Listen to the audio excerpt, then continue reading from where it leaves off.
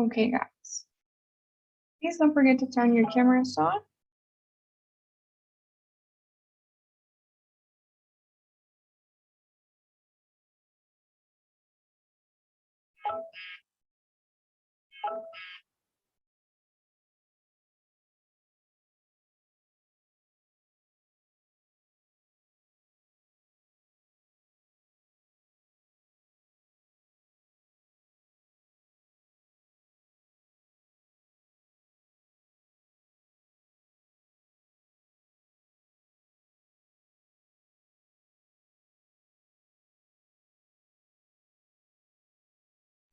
Are you guys there? Can you hear me?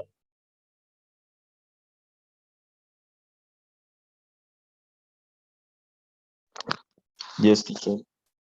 Okay, Victor, thank you for your feedback. So please don't forget your cameras. I really don't know if you guys are there. I don't even know, like sometimes my connection gets weak. So I won't even know like if you guys are hearing me or not.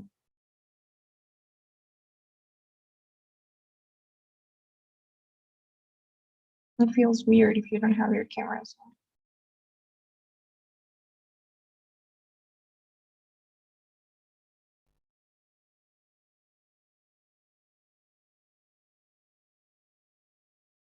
Okay.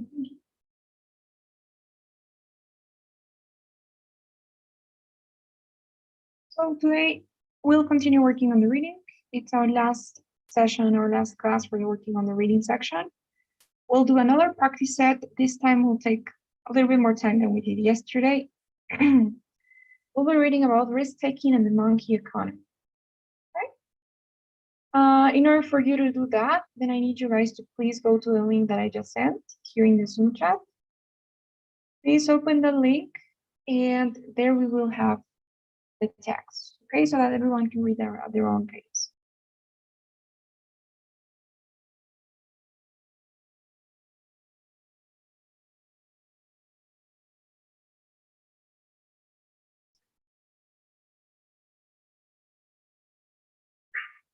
Okay, guys, so I'm gonna give you all 3 minutes to read this text. Remember that you don't have to read everything. You just have to understand the main ideas, the main points of each paragraph, okay?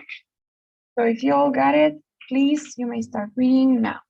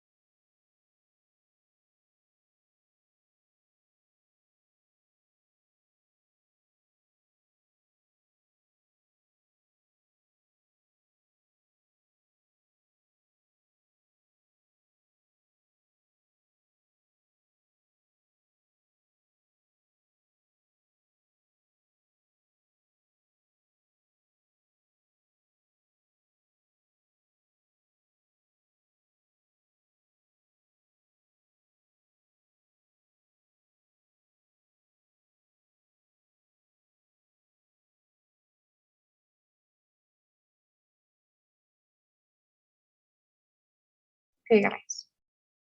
So it's about risk-taking, it says, right? The monkey economy.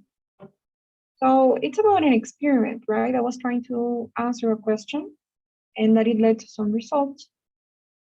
So what is the question that they were trying to answer with the experiment of the monkeys? In the beginning, they explained that, right? So this is the problem, the introduction. What is that problem?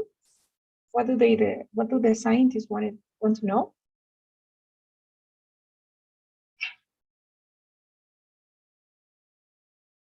Can you guys hear me?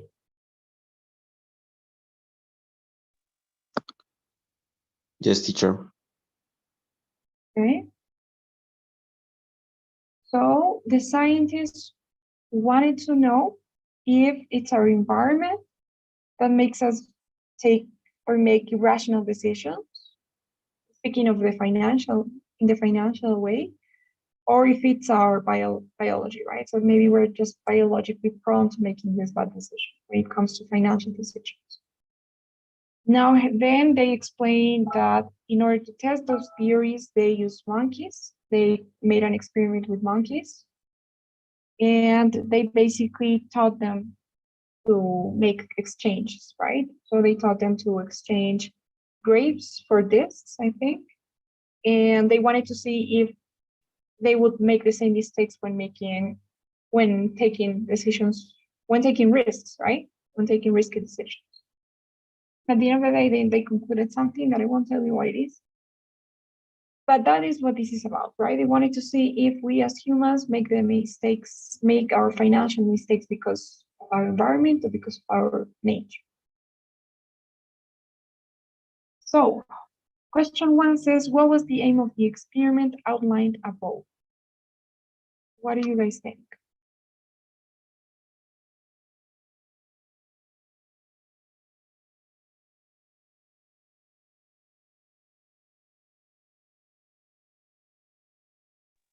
B.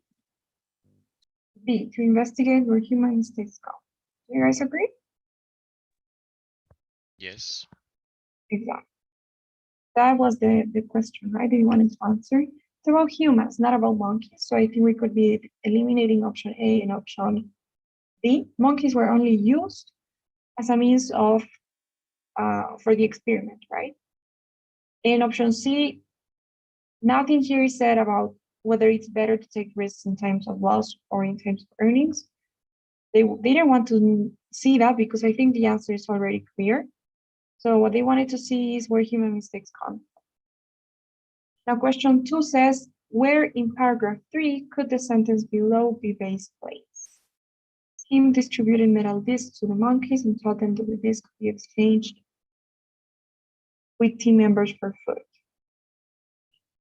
So please go to paragraph 3 and tell me where you think this sentence could be based on.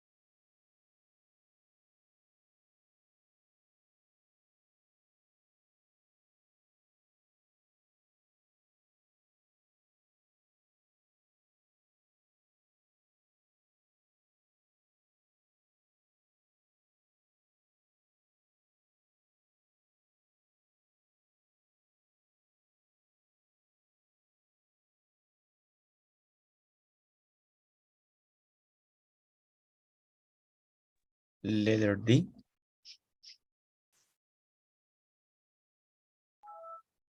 Okay, so let's see.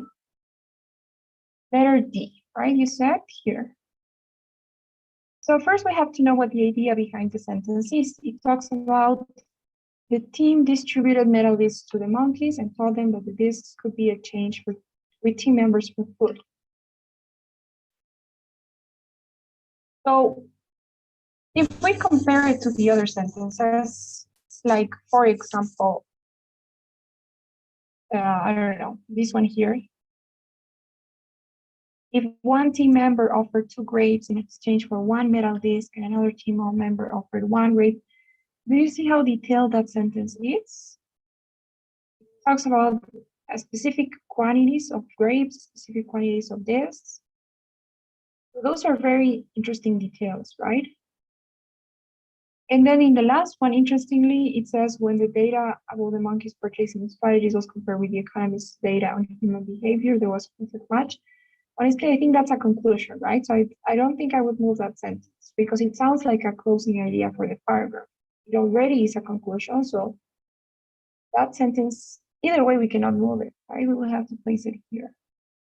Honestly, I don't think it would be a good idea to put the sentence in option D because the sentence is more general, right? The sentence explains in general how the team taught monkeys to do exchanges.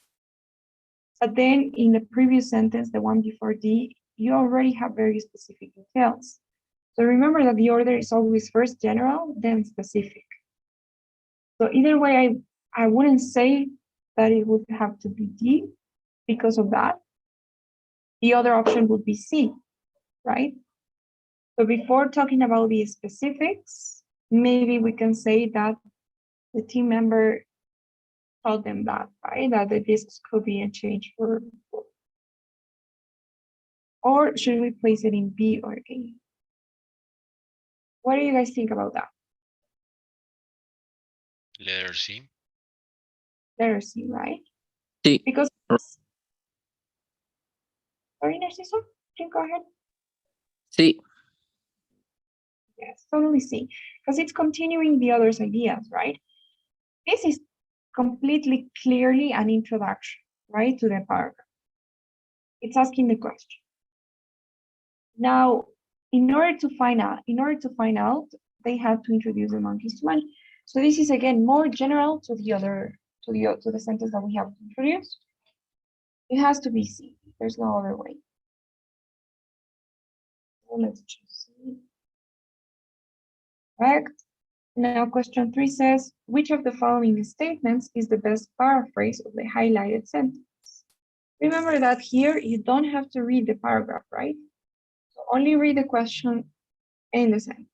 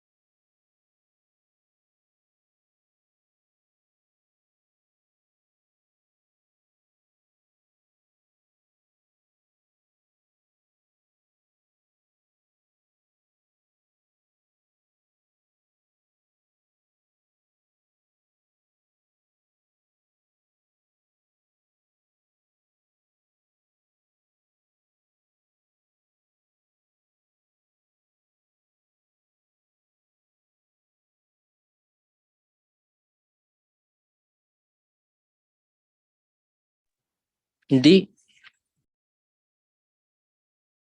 We are happy to note that we can solve the problem which we have identified.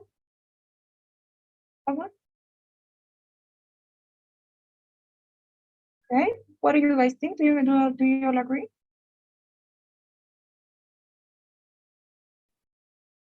I think is letter B.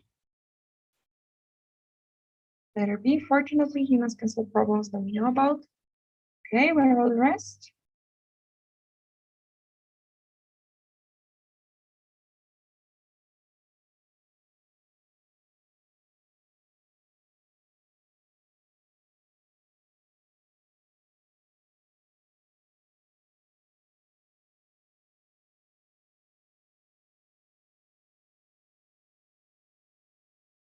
Do you all agree? Is it B or B then?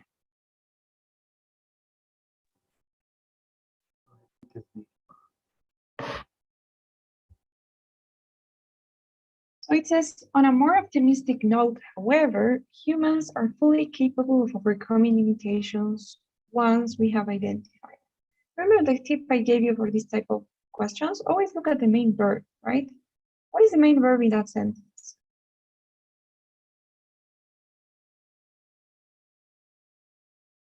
Are capable, right? So are obviously, but are what? Are capable. So the most important idea from that sentence is to express that humans are capable of overcoming limitations, right? So humans are capable of something. Let's start there.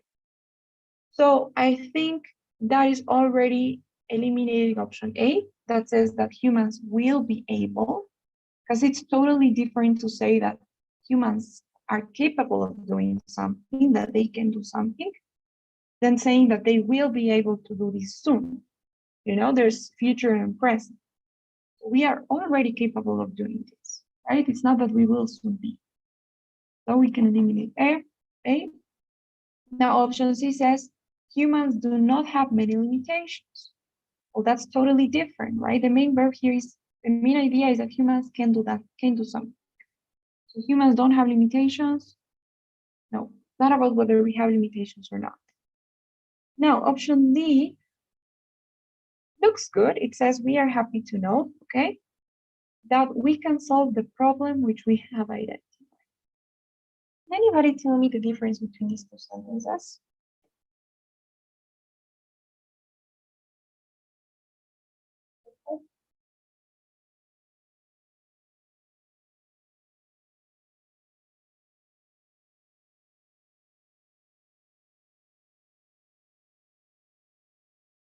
Can anyone tell me the difference between those two sentences, option D and the one that I just wrote? What's the difference? The difference, teacher, is in the letter D, talks about a specific problem because it says the problem, and the sentence that you already write says a problem, so it's more general. Exactly. So when we say we're happy to know that we can solve that problem that we have identified, we're talking about one specific problem, right? We're talking about one specific thing. But when we say we're happy to know that we can solve problems, we're talking about problems in general. So basically, we can solve any problem that we have identified. Not the same as saying we can solve this problem that we have identified, right? Now, the original sentence says, we are capable of overcoming, which is a synonym almost of solving, limitations, which is a synonym of problems, but in general, right? So we can basically overcome any limitation once we have identified any. So limitations in general, not one specific problem, right? So therefore it has to be B. Humans can solve problems in general that we know about or that we have identified, right? Is that okay? Any questions? Okay. Now question 4 says the words cotton on are closest in meaning to. So you have to take a look at context and at the meaning of the word, if you know a synonym or not.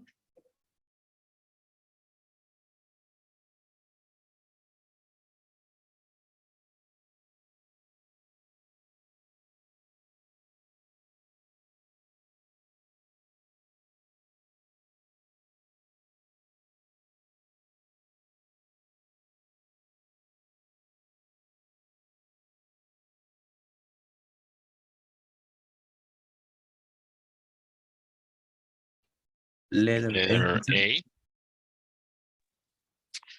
A. Yes. Great, it's A. So if you know the meaning of the word, then it's perfect, or the meaning of the expression, right? Because it's an expression. Then it's perfect. And if you don't, then try to guess from context. It says, okay, the team distributed metal discs to the monkeys and taught them that the discs could be exchanged with team members for food. The monkeys soon caught on, okay, and as well as learning simple exchange techniques, were soon able to distinguish bargains, right? So yes, we are talking about the process of the scientists or the team members teaching the monkeys something. They were teaching them that the discs could be exchanged with for food.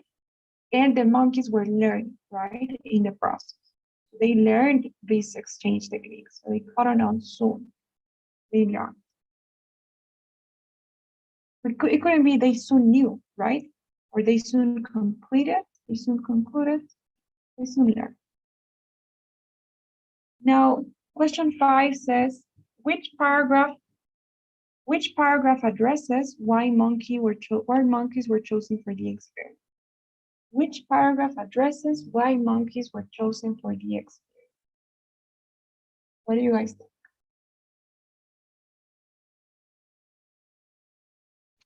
Paragraph 2. Paragraph. I don't remember, but I think paragraph 4. Okay, let's see paragraph 2 and 4. So paragraph 2 says, the team selected a group of brown capuchin monkeys that were selected for the test because, so this is it, right?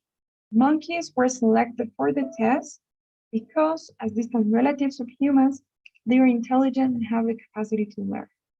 That's why monkeys were chosen, right? That's why monkeys were selected.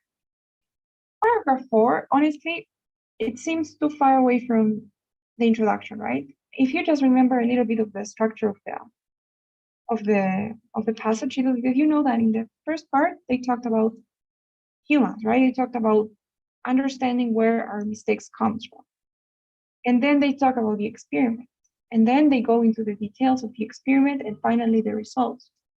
So it has to be somewhere between humans and the experiment. It has to be early in the passage, right? It cannot be too late in the passage because it wouldn't make sense.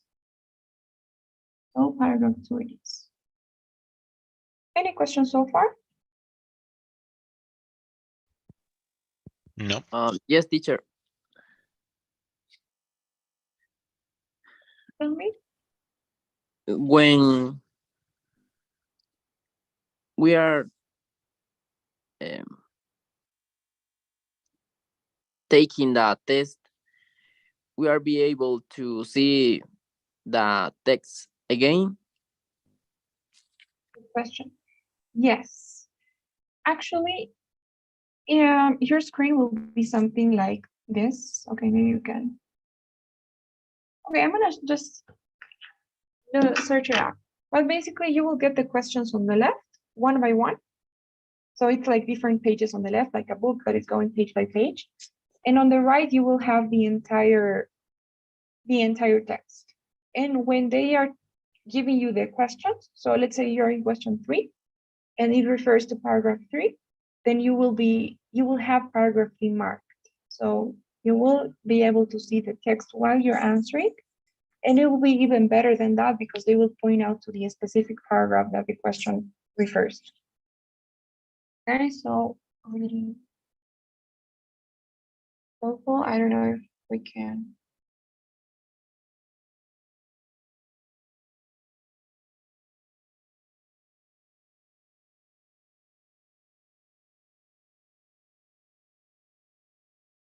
Something like this.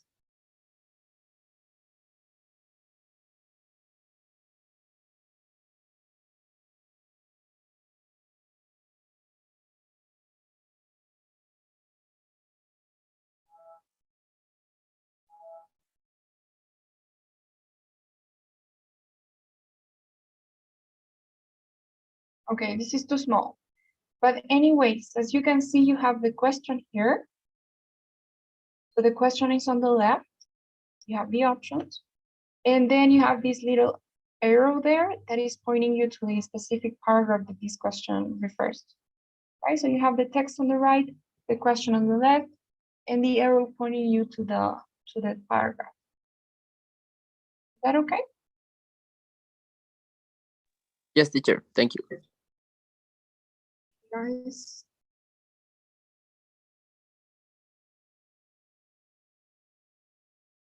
Any other question? No. Now question 6 says, what can be inferred about fluorescence? So see where she's mentioned. Okay, where is she mentioned, and what do you know about Lori Santos? And based on the information that you have about her, you have to make the inference, right? First, you have to see what you know about Lori Santos, and then you have to see what you can infer based on that information.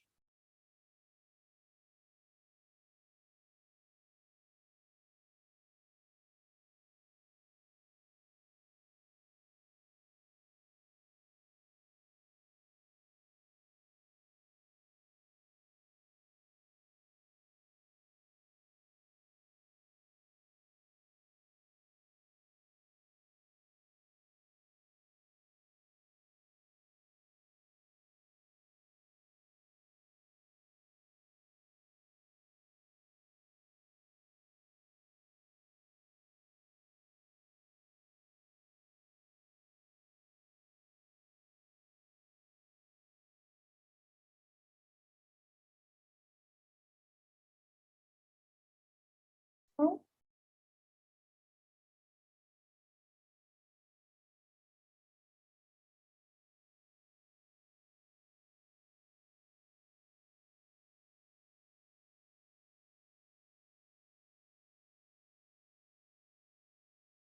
Option B.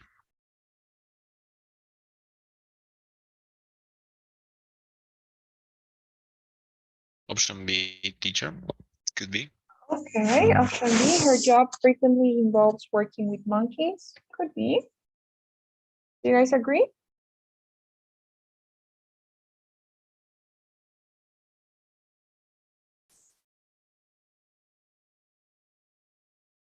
Yes.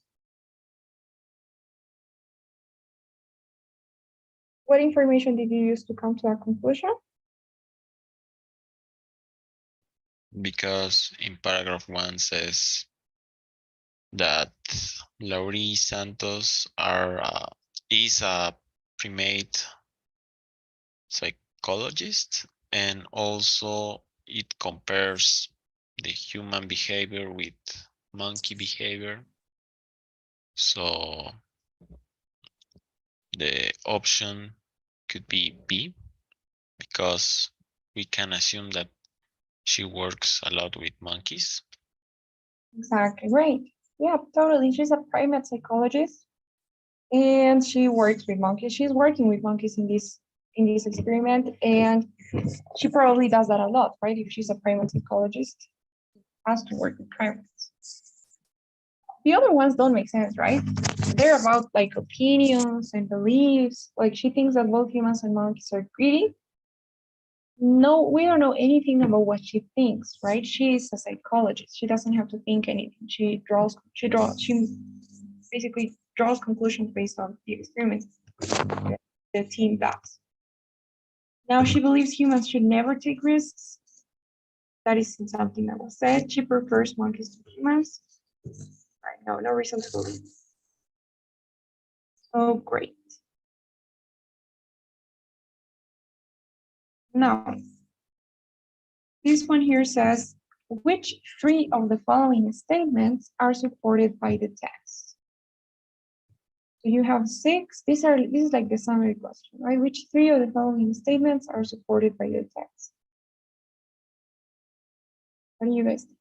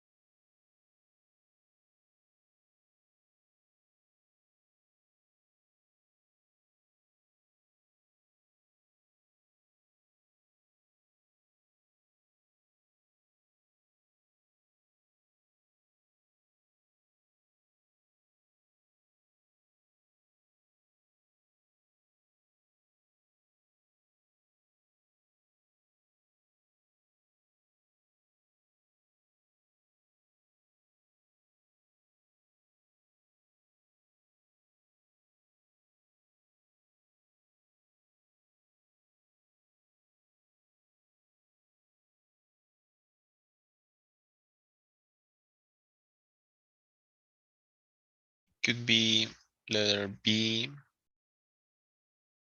D, and E.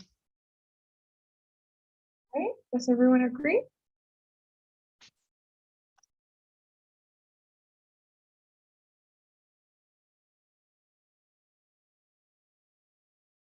Yes, C, D, and E.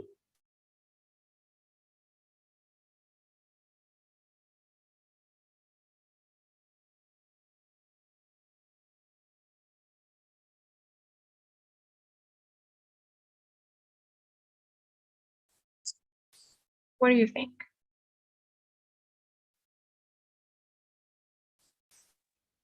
I think A. A and?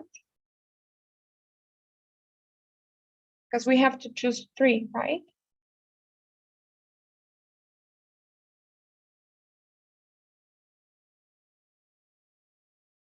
So actually B, D, and E.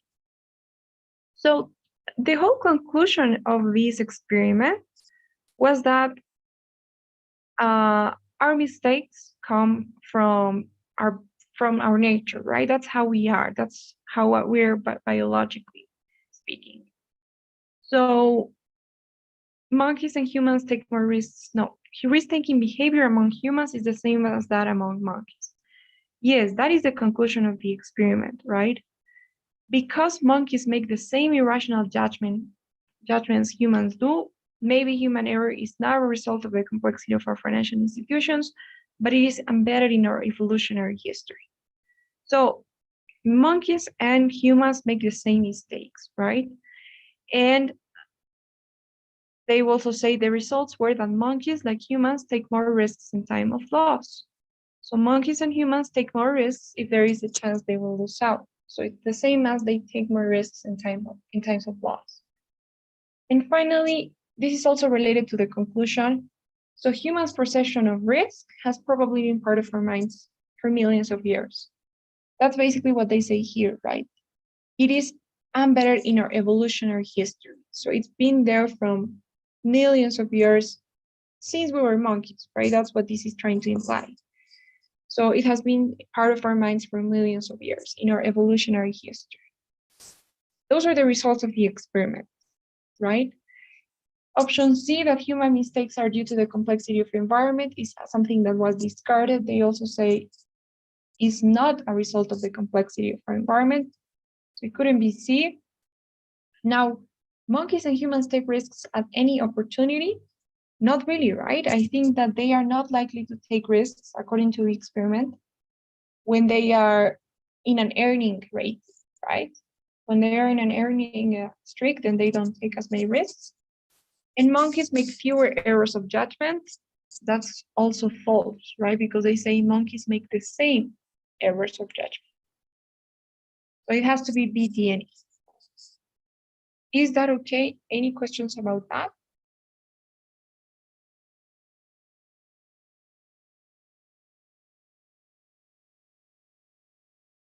Guys? So this one here, you don't have it anymore. This is a type of question that you had in the previous version of the TOEFL test. I don't know if you guys knew, but there has been changes in the TOEFL structure that have been made. I think it was August 2019. You don't get this type of charts anymore. I would say luckily, because they take too much time and they are too complicated, too detailed to be necessary. So that's why they cut them off. All right. So you don't have to worry about this type of thing. It's not something that you will get in your real test. Any questions then about what we did about this practice set?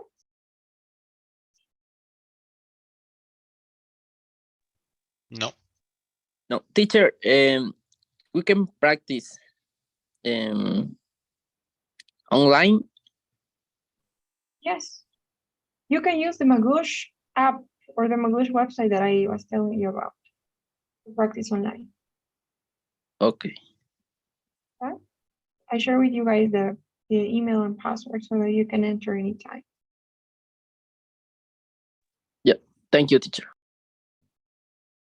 Any other question?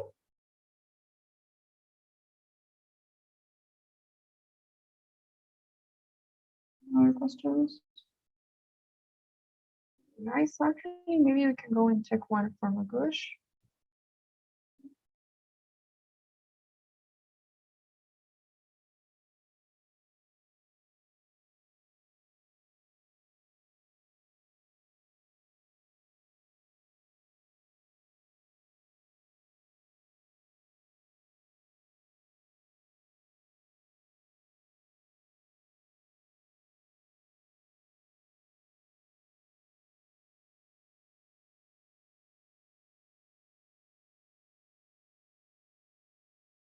Okay. So for instance, we can do this one. And the good thing is that we have the timer here. Right? Let's try to answer these questions without reading, okay? Because we don't have that much time. So let's see. First question says, according to paragraph one here, all of the following are true of a tsunami except, okay? So what do you guys think? This is the paragraph.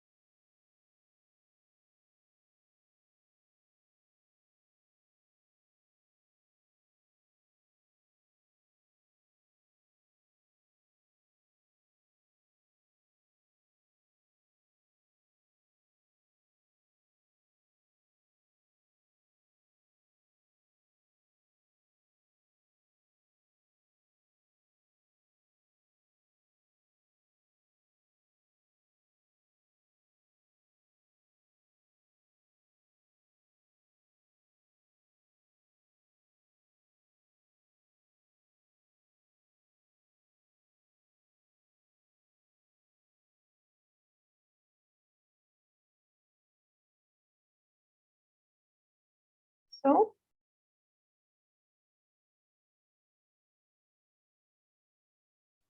Option 4, teacher. sometimes a burst of lava into the sea is enough to trigger a tsunami. Is it?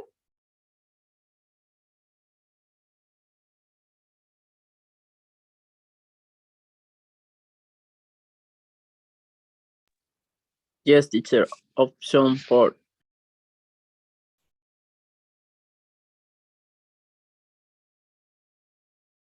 I don't know though. Because option 4 says that lava cannot be the cause of a tsunami, but then they say the catalyst for a tsunami is often an underwater earthquake or volcanic eruption. I don't know. What about option B that says cosmic matter cannot be an impulse event for a tsunami? Because they say rarely a tsunami is created by the impact of a meteor into the sea. A meteor is cosmic matter, right? So rarely, but it could happen that cosmic matter is the cause for a tsunami. So I don't know. What do you guys think? Option 3.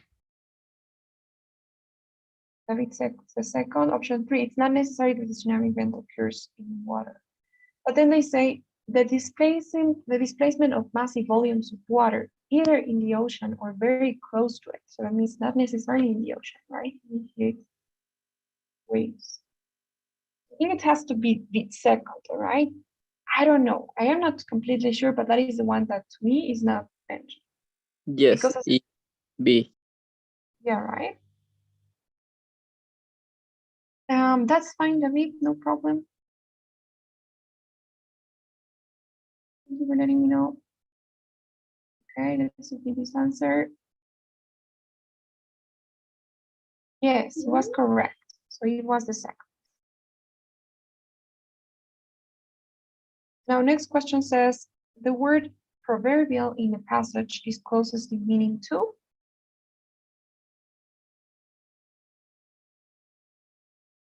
So it's in the second paragraph, right?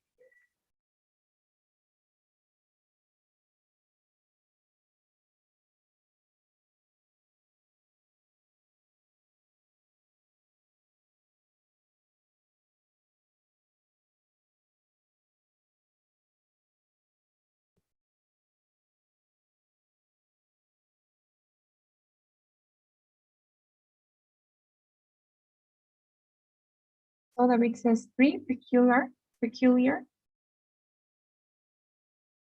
The Trivial. first option, Familiar.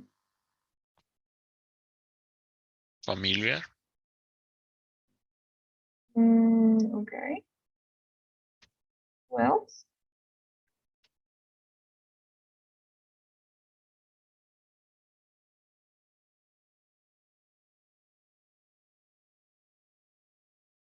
I think it has to be familiar, right? Because this is a comparison with a familiar situation. When you throw a stone into a pool of water, that's something that you do in familiar context, right? It's not something else like we were discussing here, a tsunami.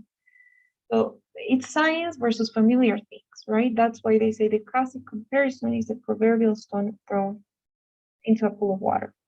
So you throw a stone into a pool of water or into a lake, and they create these waves, right? That are like expanding and they become bigger and they become bigger and bigger.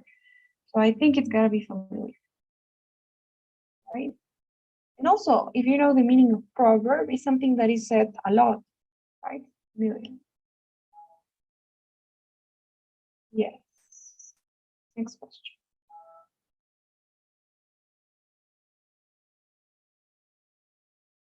So this one here says, which of the following best expresses the essential information in the highlighted sentence?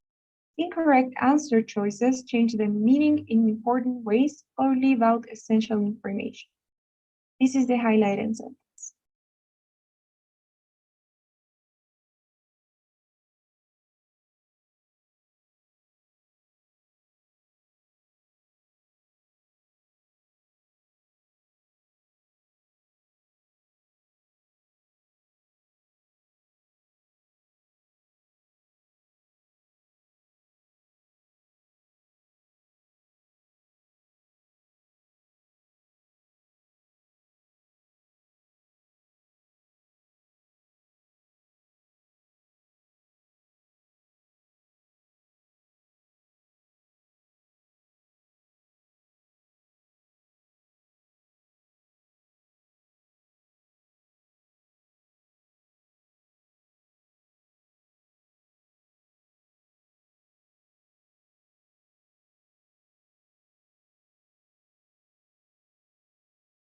So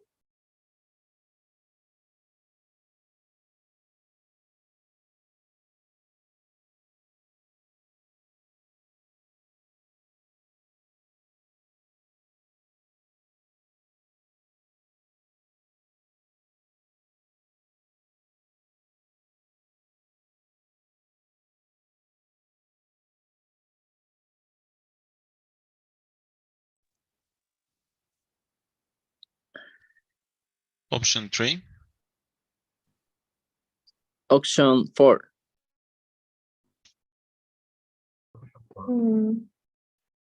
I think it's gonna be the first. The thing is, look at how the highlighted sentence says, this is the through or bottom of the first tsunami wave. So when you have that type of thing, in the highlighted sentence, you have a pronoun, right? It says this. So you don't know what this means or what this refers to. In that case, you have to read the previous sentence to know what that this is, right? So what is that this? In that case, they are talking about the first sign of an impending tsunami is the receding of the water at the shoreline. First sign of an impending tsunami. So I think it's one ominous sign of a tsunami is sometimes the advancement of seawater, but I'm not sure. What do you guys think now that you've read that for that previous sentence?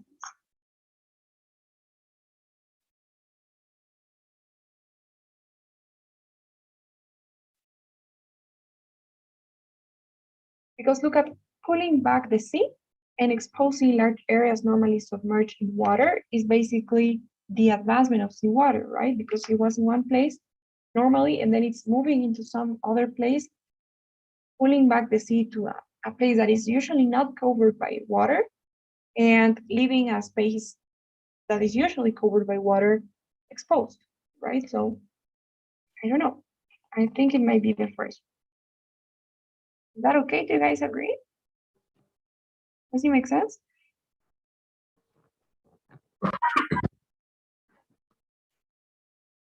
let's see, okay? I'm not 100% sure either, but oh, okay. It was actually D. The bottom of a tsunami wave may greatly pull back the ocean. So the bottom I of a say, tsunami wave may greatly pull back. I'm sorry, Narciso? I say that option. Okay, great. Well done, Narciso. Then yes, you're correct. The third or bottom of the first tsunami wave drastically pulled back the tsunami. Okay, yes, yeah, I get it now. So yeah. So the reason why there's the receding of water in the shoreline is because that is actually the first wave, right? It's like everything is going back a little bit. So the wave that is covering the in the shoreline was actually the first wave that's pulling back the entire ocean, right? Yeah, I think I get it. Next question says the word picked in the passage is closest in meaning to. Oh, where's that word? Here it is.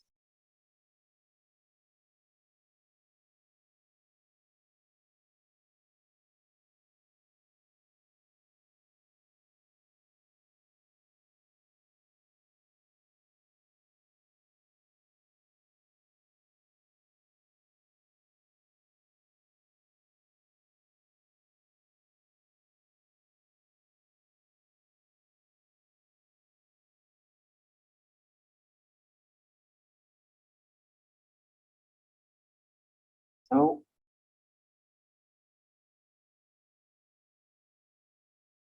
Option 3. you gotta break aroused. Their curiosity is aroused and they venture into the most dangerous zone, right? Because they are curious. So their curiosity is aroused. Or is awakened, right? That will be another.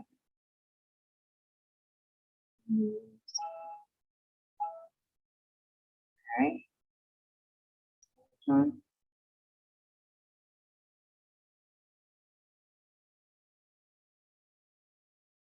This one here says the author discusses breaking or sweeping in paragraph 3 in order to.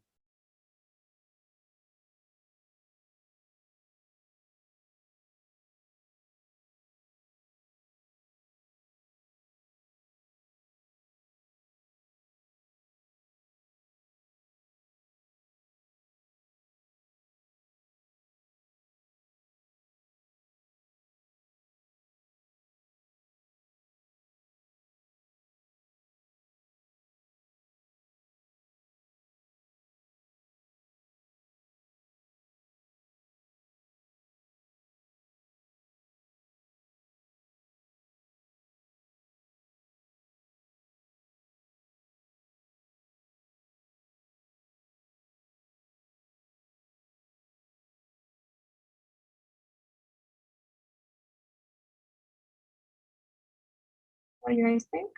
B. Okay, everyone agrees?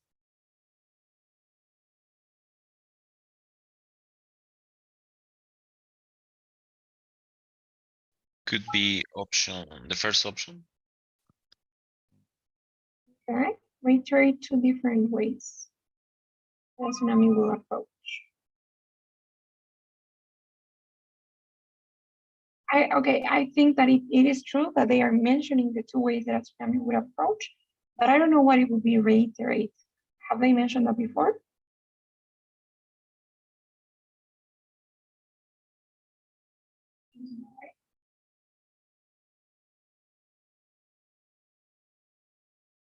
Unless they have mentioned it before, I don't think it could be reiterate. Probably simplify the dynamic forces.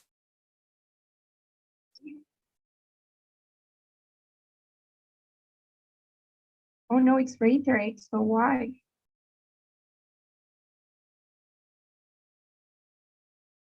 Have they mentioned it before?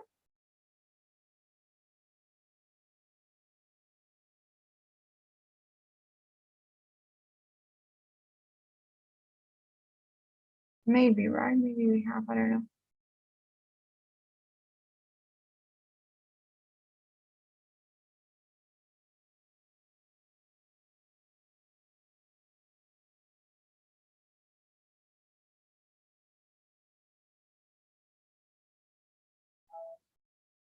Okay. Okay, guys. Well, anyways, it is necessary, well, it is important and helpful that we read in the beginning, right? To have some context before starting answering the question. We try to do it. It is possible, to be honest, but it's always better to take a few scan of the passage before going into the question.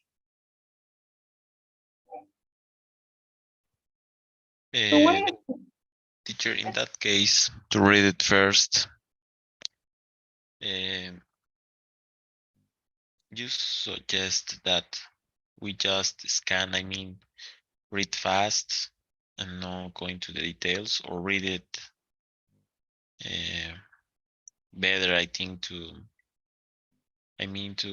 read slow and take or no? all the details? Good question. So I suggest that you read and you scan, but you don't focus on the details. Never, because you will. I mean, if you either, it doesn't matter if you want it or not, you will have to go back to the paragraphs when answering the question. There's no way to answer them without going back. But why focus on the details? When you're reading in the beginning, spend at most 3 minutes, right? What we were doing, spend 3 minutes reading, but you have to do it quickly. And as I was saying, just try to understand the main ideas and just try to know what is mentioned in each paragraph. Okay, so this paragraph talks about that. That paragraph talks about that. That's what you need to do. And then you have to read again when you are answering the question. Don't spend more than 3 minutes. If you're spending more than 3 minutes, it's time to move on to the question. Because if you read it carefully, then you will run out of time. You have to practice managing your time here because it's honestly one of the biggest problems for students. And you have to do it on your own because you don't have a separate timer per section, right? If we look at the time we spend in this one, okay, I think it's wrong, right? We haven't spent 1 minute, but we probably spend like 20 minutes answering these questions and we're in question 5, right? So it takes time. So it's better to just scan the passage very quickly in the beginning and then read better when you are answering the question. We just have 20 minutes. You have 18 minutes per passage. 18. 18. Okay. Technically, you Teacher? could. Yes, right. How many questions will be in the readings part of the TOEFL in Each a text, in a passage? each passage contains 10 questions, and you can get 3 or 4 passages. So, teacher, you suggest us to scan the text completely and spend more time to read carefully the question, right? No, scan the text quickly for 3 minutes, and then when you're answering the questions, you can spend more time, right? But you have about from 1 to 2 minutes per question. It depends on the question you have. There are some that take more time, there are others that don't take as much time. So 3 minutes to read, basically, and 15 minutes to answer the question. Okay. Scan the passage. Don't read everything. Don't focus on the details. Don't pay attention to any of the details, any of the minor ideas. Just understand what each paragraph talks about, the topic for the entire passage, and that's it.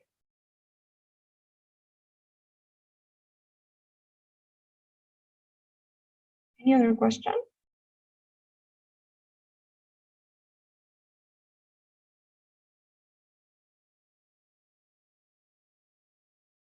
Guys? And please don't forget to complete today's survey, and I'll be seeing you guys next week.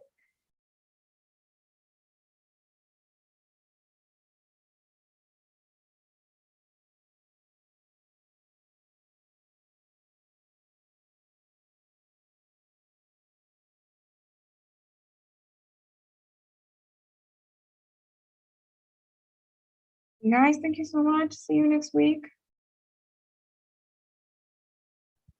Bye, teacher. We Bye, teacher.